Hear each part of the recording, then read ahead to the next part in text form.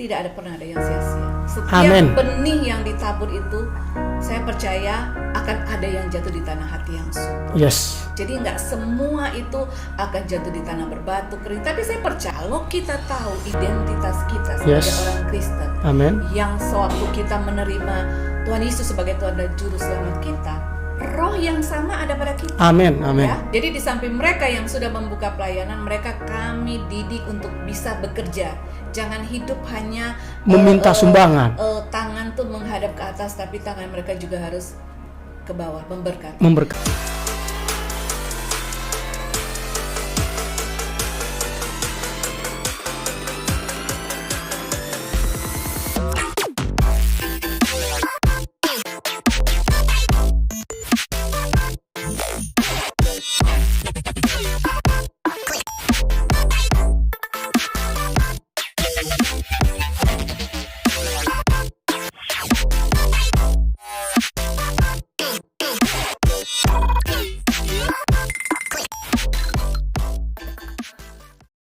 Shalom mitra misioner. Misi Kita TV adalah wadah dan sarana untuk mengajak, mengedukasi, memotivasi dan menginspirasi serta memobilisasi umat Tuhan supaya terlibat aktif dalam pelayanan misi dan menyebarluaskan kasih dan terang bagi bangsa-bangsa supaya keselamatan yang daripada Tuhan sampai ke ujung bumi. Misi Kita TV, misi kita semua. Bersama saya Tommy Ringo, dan saat ini kita kedatangan tamu yang energik, tamu yang ceria, yaitu Ibu Devi. Halo Pak Tommy, Halo, apa Ibu. kabar? Baik Ibu, kabar Ibu gimana Ibu? Sangat diberkati. Wih, luar biasa. Terima kasih banyak loh Ibu sudah datang di studio Ya. kita ini. Saya yang terima kasih nih sudah diundang sebagai narasumber ya Iya, di Misi TV narasumber. ini. Iya Ibu, makasih Bu ya. Sama-sama Pak. Iya. Nah, kita mau bincang-bincang ini Bu seputar pelayanan misi Ibu. Nah, tapi sebelumnya Ibu, silakan Ibu perkenalkan kepada mitra misioner, apa sih sekarang ini kegiatan Ibu atau profesi Ibu gitu loh. Oke. Saya Devi Tirayo, saya saat ini masih bekerja sebagai seorang HR consultant di satu grup perusahaan. Ini sebenarnya kerinduan saya, masih tetap bekerja, tapi saya juga punya waktu untuk dapat melayani. Jadi saya sebagai konsultan, saya kerja itu tidak full time 8 to 5, tapi saya bisa memilih jadwal untuk saya datang ke kantor kapan saja. Bagus sekali ya. Jadi tahun 2015 saya berdoa dan Tuhan jawab kerinduan saya untuk bisa bekerja tidak full time, tapi tetap ada di marketplace dan masih tetap melakukan pelayanan. Luar Seperti itu, biasa Pak Tommy. banget Ibu ya. Ya. Iya ya, dari tahun 2015 tadi ya? 2015. Tapi kalau pelayanan sudah lama. Sudah Cuman lama, Bu, ya. kerinduan saya bahwa saya tetap masih melakukan bekerja di marketplace, tetap terhubung dengan kaum marketplace, tapi saya masih tetap Terjun di dalam di dalam pelayanan. pelayanan. Iya. Seperti itu. Kalau pelayanan itu sudah berapa lama Ibu lakukan Ibu? Kalau pelayanan udah lama ya, udah mungkin hampir ini pelayanan misi atau Iya, pelayanan pelayanan misi. Ya, pelayanan pelayanan misi misi, hampir 25 tahun mungkin. Jadi gini, luar biasa ya. enggak full misi Iya, Pak, iya, enggak iya. setiap hari saya harus misi gitu. Iya, iya, betul. Tapi saya tuh misi awalnya saya mulai aja ya langsung Iya, ya. Belum ditanya nih langsung mulai saking semangatnya. Jadi awalnya itu di tahun ya mungkin sekitar 25 tahun lalu itulah, 20-an hampir 25 tahun lalu. Saya itu dibesarkan di suatu daerah di Sulawesi Utara, dan saya itu sebenarnya hidup itu dekat dengan alam, dekat dengan rakyat biasa, karena saya juga adalah orang rakyat biasa. Jadi waktu saya diajak misi pertama kali itu, saya merasa seperti kembali ke rumah. Seperti itu, saya seperti kembali ke rumah. Saya menikmati berada di tengah-tengah rakyat, dapat melayani. Waktu itu hanya seperti itu, pengalaman biasa gitu untuk pelayanan. Dan itu beberapa kali seperti itu sampai satu ketika saya punya pemikiran bahwa gini, makin hari kita kan tentunya ada ya diberikan pewahyuan di dalam pelayanan, dapat juga diperlengkapi gitu bahwa kita tuh sudah dilayani terlebih dahulu oleh Tuhan. Jadi kita pun harus melayani. Itu juga pertama, step by step. Saya melayani karena saya sudah dilayani. Dan kerinduan saya gini, di daerah itu tidak seperti halnya kita di kota. Kita begitu banyak source, sumber-sumber, ya baik dari gereja, hamba Tuhan, terus kemudian juga dari buku-buku gitu.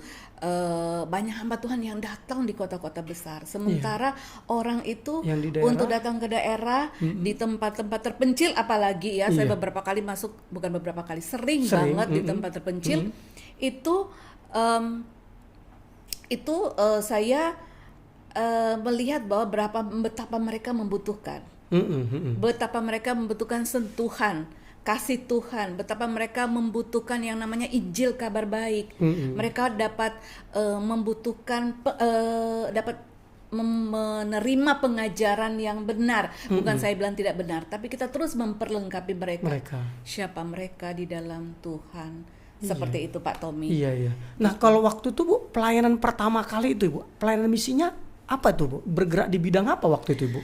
Kalau saat pertama dulu, saya bergerak itu hanya waktu itu memang misi ke daerah-daerah, ya pertama Jawa, Sumatera sering juga ada, kemudian daerah timur. Tapi lama-kelamaan itu lebih mengerucut. Tentunya kita kan ada visi tersendiri di dalam pelayanan. Nah sekarang saya fokus pelayanan saya itu dengan pengajaran pemuritan. Jadi karena saya juga belajar, saya belajar di satu Bible School, saya juga mengingat bahwa salah satu perintah Tuhan Yesus adalah amanat agung. Pergi dan beritakan Injil. Dan pekerja itu tuayan banyak, tapi pekerja itu sedikit, Pak Tommy. Jadi itu yang menjadi alasan di tahun 2015 saya merindukan saya tetap masih bekerja. Karena ingat pelayanan itu juga butuh dana. Iya, betul sekali. Untuk kita melayani, kita harus diberkati terlebih dahulu. Supaya kita memberkati. Ya. Kita diberkati dulu baru kita memberkati. Daerah-daerah Pak Tom, itu kita butuh tiket. Pasti kan, kita butuh tiket, transportasi, akomodasi. Kita juga memberkati penduduk tempat yang di mana kita melayani gitu. Jadi kita harus diberkati terlebih dahulu untuk kita melayani. Blessed to be a blessing. Ya, di Kejadian ada bahwa kita memang diberkati untuk kita jadi berkat. Seperti itu Pak Tom. Jadi itu yang memotivasi.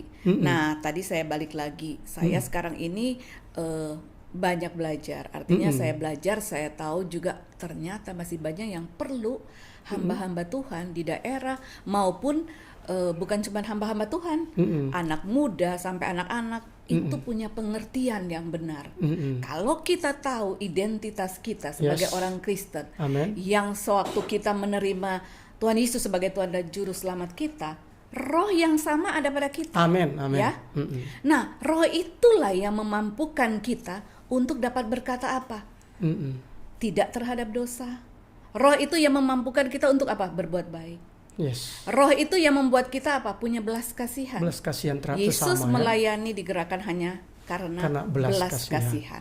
Jadi ini penting banget. Jadi waktu kita melayani, waktu kita melayani, yang kita layani, kita hanya melihat bahwa Kristus lah yang kita layani sebenarnya, gitu. Jadi waktu kita melayani, kita sedang melayani Tuhan juga, gitu. Jadi itu yang menjadi prinsip dan akhir-akhir ini, bukan akhir ini, dalam 3 tahun terakhir, kami lebih banyak melakukan pemuritan, pengajaran. Itu sebenarnya terinspirasi itu dari waktu saya belajar, saya dan ada beberapa teman yang ada di dalam satu yayasan, Yayasan Satu Hati Memberkati Negeri. Yayasan Satu Hati Memberkati Negeri. Bergerak di bidang apa itu yayasan Bu? Visi kami itu untuk mengadakan penginjilan melalui pemuritan, pemberdayaan ekonomi, dan pengajaran, dan memberikan pengajaran terlebih kepada Injil Kabar Baik. Jadi kita memberikan seperti itu. Dan waktu ini terjadi waktu di awal pandemi. Berarti tahun 2020 ya? Gitu, sebenarnya yayasan ini sudah lama. Sudah lama. Dan bergerak juga di misi. Dari juga? 2016, sekitar 2016. Tapi untuk pemuritan sendiri kami mulai dari 3 tahun lalu. 3 tahun lalu. Memang sih di samping Yayasan SHM ini saya banyak juga bergerak di misi itu di Christ Body Ministry. Nah itu memang benar-benar kita misi ke berbagai daerah. Berbagai daerah. Nah tapi di sini saya waktu di awal pandemi, puji Tuhan, iblis boleh mereka-rekakan yang jahat. Saya percaya virus itu bukan datangnya dari Tuhan. Bahwa itu bagian dari penggenapan, gitu kan? Karena memang ini akhir zaman. Iya, betul. Tapi kita ternyata dengan fasilitas yang ada, lewat Zoom, kita bisa menjangkau jiwa tanpa kita harus datang ke daerah-daerah, gitu. Pak Tommy tahu nggak? Kita itu melakukan penginjilan pemuritan itu Zoom, menjangkau dari SMA di Toraja, di Jepara, di daerah Cianjur, kemudian Medan.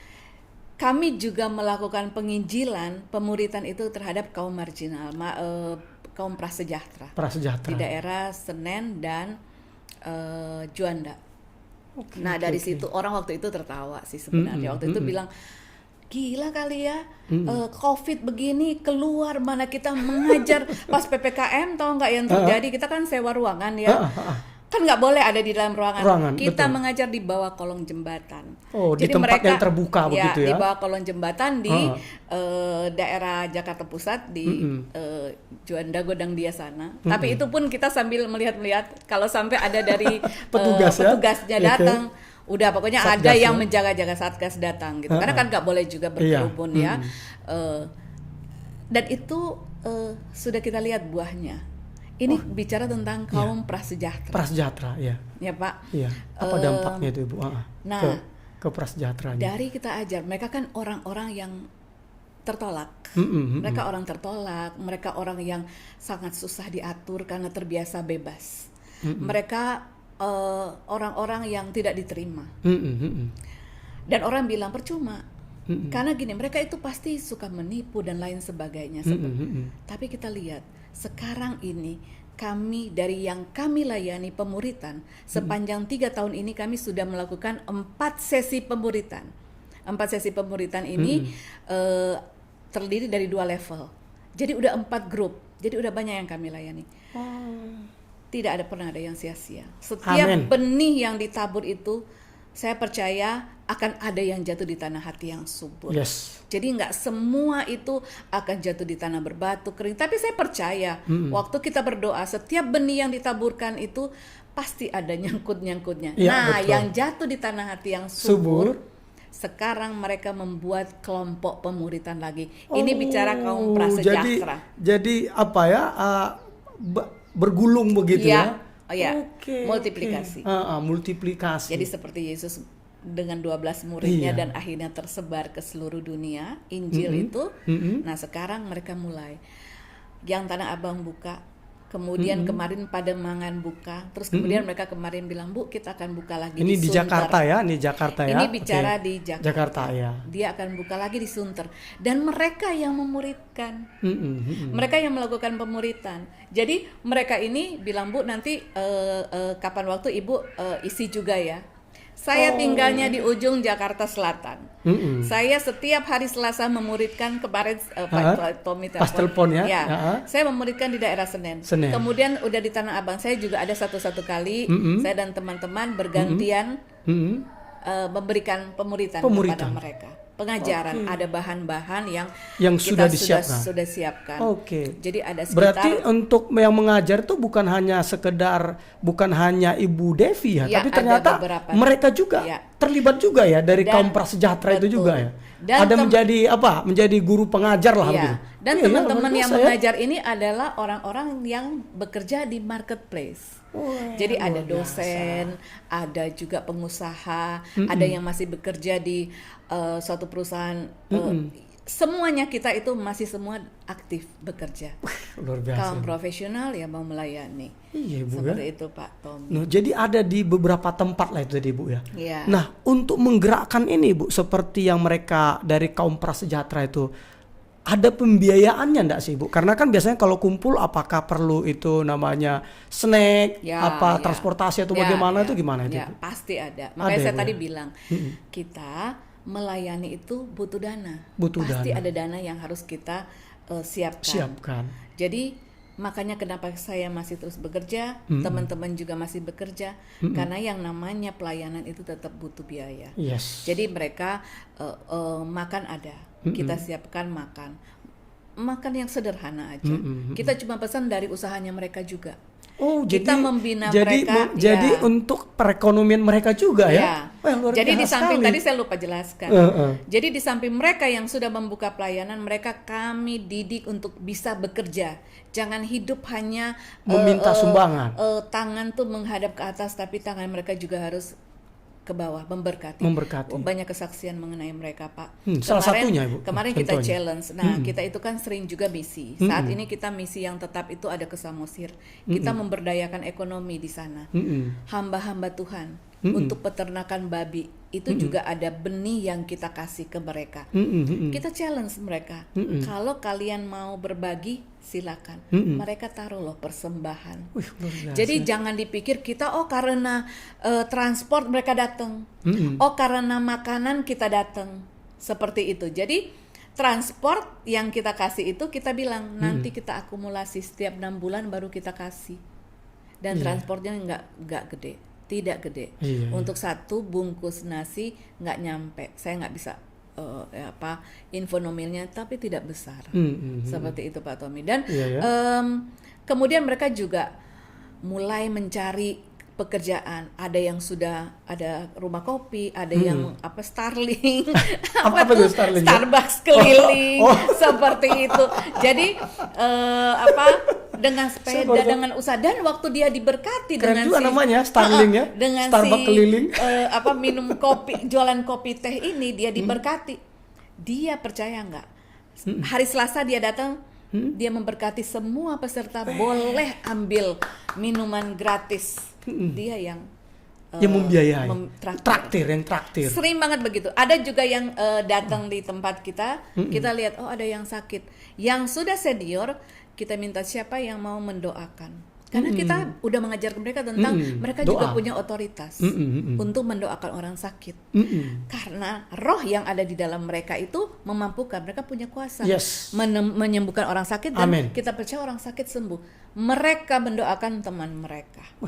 Jadi kita mengajarkan mereka itu, kita juga melihat Tuhan Yesus baik ya. Dia juga mempersilahkan kita untuk melihat buahnya. Kita menikmati, kita melihat buah-buah yang dari pengajaran yang kita sudah sampaikan. Sekarang udah sesi keempat, yang senior-senior dari sesi leaders Dari seri sesi 1 sebelumnya, itu sudah mulai kita libatkan sebagai koordinator, dan mereka lah yang buka-buka pos untuk melakukan pemuritan lagi. Pemuritan itu. Kita juga masih diundang kadang-kadang di pemuritan mereka sekali 2 kali datang Iya, untuk iya. tetap memberikan pengajaran. Ada yang belum mereka mengerti, mereka tanya. Iya, Ada yang bahkan sudah buka jualan bakmi. Dia waktu itu datang, dia bawa bakmi ayam jualannya. Oh, di dia acara kepada pemuritan kita itu semua. dia bawa Ya, bakminya ya. dia memberkati. Oh, jadi sudah menjadi berkat ya? Iya. Sudah memberkati ya. Sebenarnya bukan Oke. cuman itu aja. Jadi di pengajaran ini banyak hamba-hamba Tuhan. Kami juga buat pengajaran misalkan tentang healing, kemudian tentang keselamatan. Itu seriesnya kami namanya itu Leaders for Christ. Dan itu karena saya bilang tadi, karena Zoom kami bisa menjangkau sampai seluruh dunia. Seluruh dunia. Yang ikut itu ada dari Belanda, Amerika, Kanada, dan banyak lagi di tempat-tempat di Inggris, banyak lagi. Dan campur dengan hamba-hamba Tuhan yang ada di sini yang rindu untuk diberikan pengajaran. Setiap orang yang rendah hati, saya percaya akan mau untuk terus diajar. Yes. Jadi yang ikut banyak hamba-hamba Tuhan. Aduh Pak Tommy, siapakah kami ini Pak Tommy? Gitu ya, bisa memberkati dan jadi berkat. Nah itu kerinduannya. Ya memang selain misi, kami juga tetap melakukan misi. Dalam 2 tahun pandemi ini, hampir 3 tahun ya. Udah 3 tahun ya. Iya betul, 3 tahun. Saya 3 kali ke Samosir untuk kami tetap terus melakukan misi. Dan itu bentuknya pemuritan atau pemberdayaan masyarakat begitu? Semua, karena kami secara kalau misi itu berarti ya? kami misi itu cukup lama juga kalau jadi kalau biasa orang lain melakukan di weekend, kami kadang di weekdays juga. Makanya saya sungguh bersyukur kalau jenis pekerjaan saya saat ini memungkinkan saya untuk punya waktu yang fleksibel gitu Pak Tommy. Nah jadi waktu ke Samosir tuh bentuknya apa tuh biasanya? Nah kami ditinggal di penginapan, tapi kami melakukan pengajaran. Jadi ada 2 hari. Ini berarti interdenominasi berarti? Interdenominasi. Hari pertama untuk seluruh hamba Tuhan yang mau bergabung. Jadi interdenominasi. Seperti itu, ada banyak hamba Tuhan, sekitar 100 sampai 150 di Samosir. Dan mereka mau. Kemudian hari kedua kita masuk ke gereja-gereja yang digabung. Kadang ada 5 gereja, 6 gereja.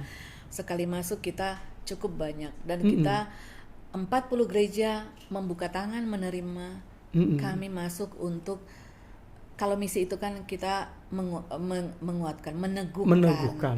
Dan juga kita memberitakan kebenaran gitu. Jadi ada hal-hal yang mungkin salah. Jadi kadang-kadang berkata bahwa Tuhan izinkan kejadian ini, padahal itu kadang-kadang hanya karena apa? Hanya karena keinginan hatinya sendiri yang membuat akhirnya. Jadi ada beberapa hal yang kita informasikan, yang kita beritakan gitu. Jadi dan puji Tuhan, Tuhan percayakan dan Tuhan bukakan lebih lagi. Sampai gini, yang di sini minta, kita tinggal waktunya aja nih. Jadi ini pun kita di bulan Juli atau Agustus kita akan pergi lagi. Jadi kita nggak hit and run. Kalau dulu mungkin hit and run. Jadi sekali datang ke daerah A, ke daerah B, daerah C. Sekarang kita benar-benar sudah difokuskan begitu, fokus. Nanti setelah satu daerah mungkin sekitar sudah selesai kita misi mungkin untuk di gereja tertentu yang menerima kita, baru pindah. Kita akan pindah seperti itu. Tapi kalau untuk anak-anak SMA itu ada. Kita kunjungi Jepara, kita kunjungi juga. Jadi bukan hanya pakai Zoom saja, sampai ada kita kunjungi juga ya? Kita tetap misi juga ke daerah-daerah yang untuk anak-anak SMA. Yang di penjangkauannya itu daerahnya tidak terlalu harus lama. Dan cepat karena lewat darat. Kan. Nah, seperti itu Pak Tommy. Ya, contohnya ini Bu Devi, orang kepingin ikut pelayanan, tapi mereka nggak punya uang. Nah, gimana nih? Padahal dia punya kerinduan banget untuk melayani, tapi aku belum punya uang nih, gimana nih gitu. Yang penting punya hati dulu. Yang penting punya hati dulu. Yang penting punya hati melayani. Dan yang penting sebenarnya kerinduan dia. Karena gini, kalau kita punya hubungan. Dan kalau kita tahu sebenarnya bahwa kita ini diciptakan untuk suatu tujuan, iya kan? Kita yang ada di dunia ini jangan berpikir kita hanya hidup untuk anak cucu kita. Ya anak saya tetap aja juga memberikan pengajaran gitu. Tapi kita juga diberkati kan untuk memberkati. Bukan cuma memberkati keluarga kita.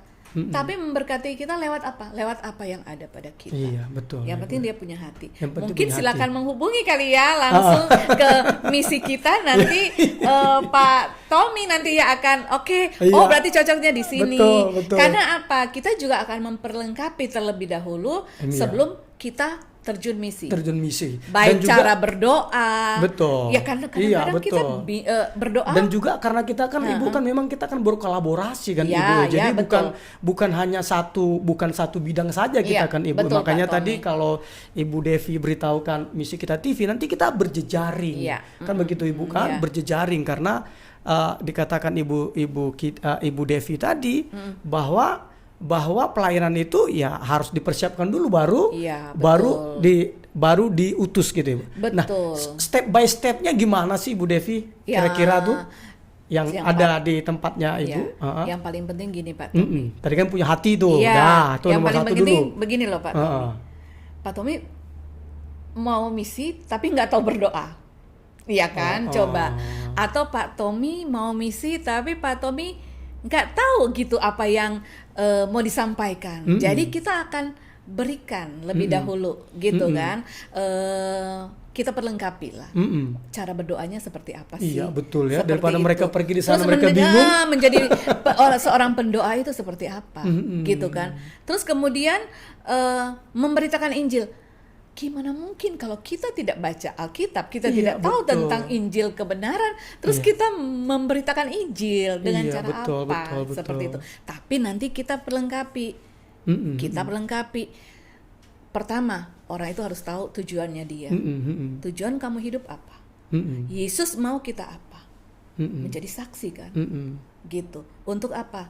Untuk memberitakan sebenarnya Yes. tentang Kristus. Supaya apa? Supaya semua orang diselamatkan. Yes. Gitu. Baru Jangan juga, cuman kita. Iya, gitu. baru juga saya setuju sekali dengan Ibu Devi sampaikan tadi bahwa ya harus dipersiapkan, jangan supaya kita memberitakan Injil kita sendiri ditolak. Iya, kan gitu Ibu kan? betul. Jadi saya setuju sekali Betul. itu. Jadi ada persiapan-persiapannya Iya, Ibu betul. ya. Nah, itu berapa lama biasanya itu Ibu?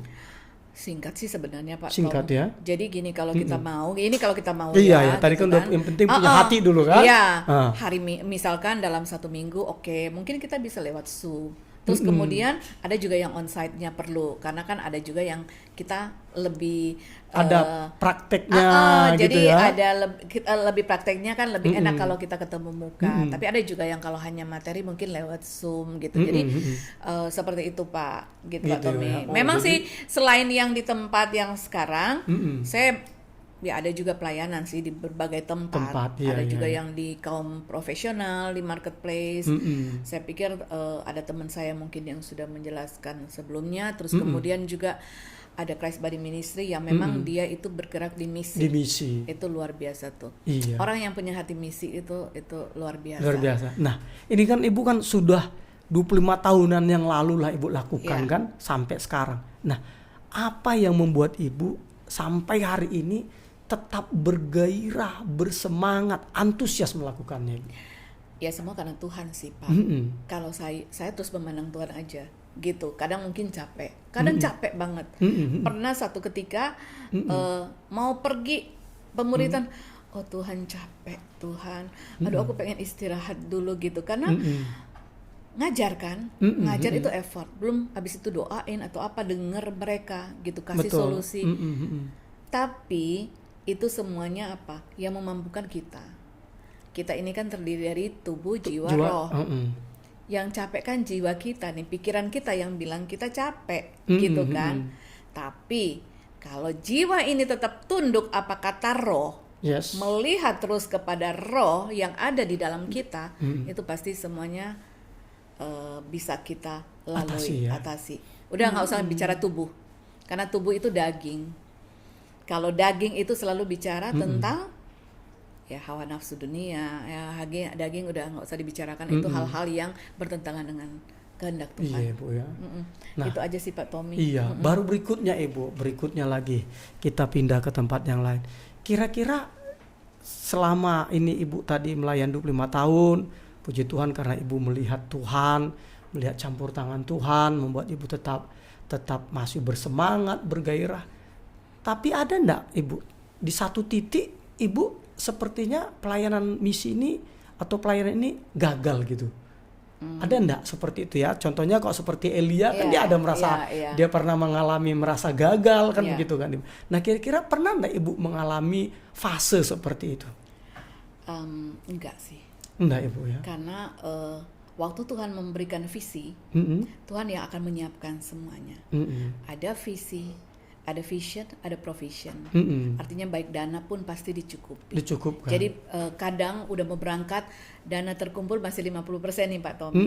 Deg-deg. Tapi belajar dari pengalaman, waktu kita berserah, sampai kita berangkat pun misalnya masih kurang. Tapi waktu sampai di sana, kita udah melangkah surplus. Luar biasa. Selalu seperti itu. Ya, Pak Tommy juga kan sering ya misi.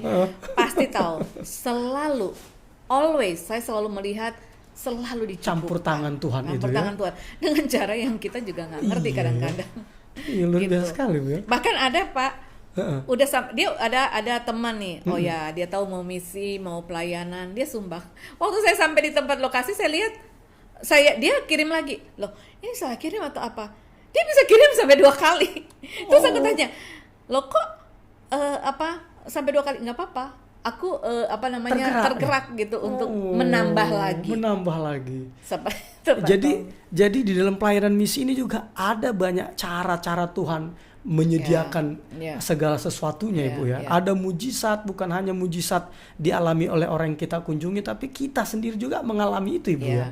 Kita sendiri sebenarnya intinya diberkati juga Pak. Juga. Waktu kita memberkati, karena kita udah terlebih dahulu diberkati. Jadi itu kuncinya, saya sih coba melihat, oh iya memang dari effort, dari waktu, kemudian dari dana, kita juga berkorban, tapi Tuhan memberikan kepada kita tuh selalu lebih dari cukup. Dan saya di tengah-tengah pandemi seperti ini pun, kalau saya bisa pergi sampai berkali-kali, saya rasa banyak orang yang juga diberkati, lebih bahkan mungkin diberkati daripada saya bisa melakukan hal tersebut. Nah, waktu-waktu kedatangan Tuhan itu sudah sangat singkat. Iya, betul sekali Ibu.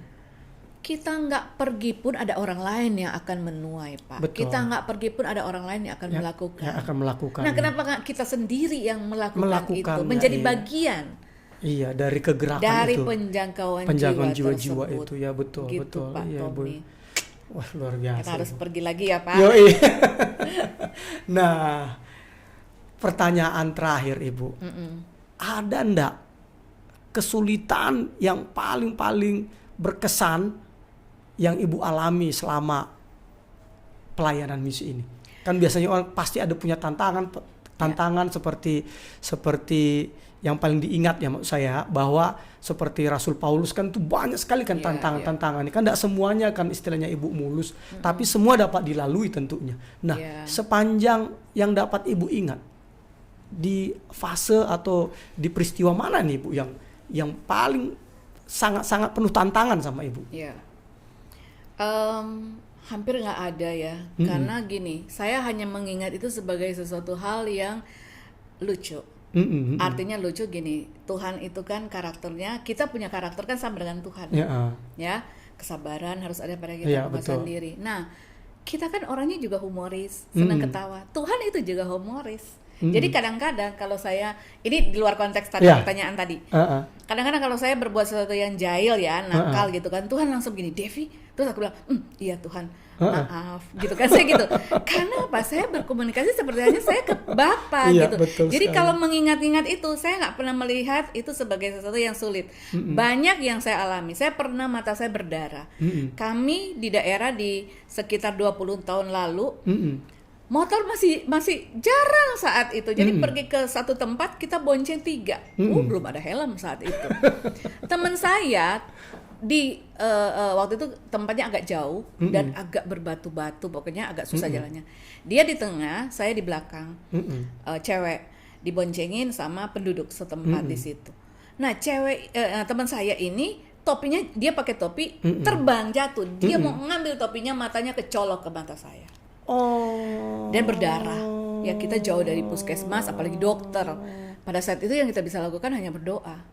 Saya takut mau kasih obat mata apa saja. Gitu saya betul. Cuma berdoa, Tuhan, saya ada dalam pelayanan, tidak bisa dijangkau oleh dokter, tidak bisa menjangkau klinik dan lain sebagainya. Saya cuma berdoa.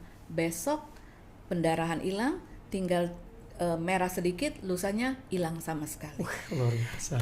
Nah, terus kemudian juga tidur. Besokannya saya baru sadar, ya ampun, saya tidur di sebelahnya tuh kamar sapi. Jadi saya tuh bersebelahan dengan kamar yang mereka tuh piara sapi gitu di belakang sapi. Terus kemudian, aduh banyak hal Pak Tommy. Kita pernah mandi juga yang benar-benar pakai sarung dan kita mandi tuh malam, karena nggak ada lampu dan biar nggak kelihatan, karena nggak ada kamar mandi. Jadi pakai sarung, teman perempuan ganti-gantian. Banyak hal, tapi itu hanya menjadi pengalaman yang menyenangkan. Tidur di balok kayu, gitu kan. Jadi cuma satu kamar waktu kita sampai itu, kita ditempatkan di kamar di rumah penduduk, cuma satu kamar. Terus dia nawarin udah janda dan ada anak juga satu, udah tua. Oh sama cucunya kalau nggak salah. Dia bilang kalian aja yang tidur di kamar. Kita bilang oh enggak. Oma kita di luar aja. Terus kita lihat kita bisa tidur di mana? Oh dia punya balok-balok kayu.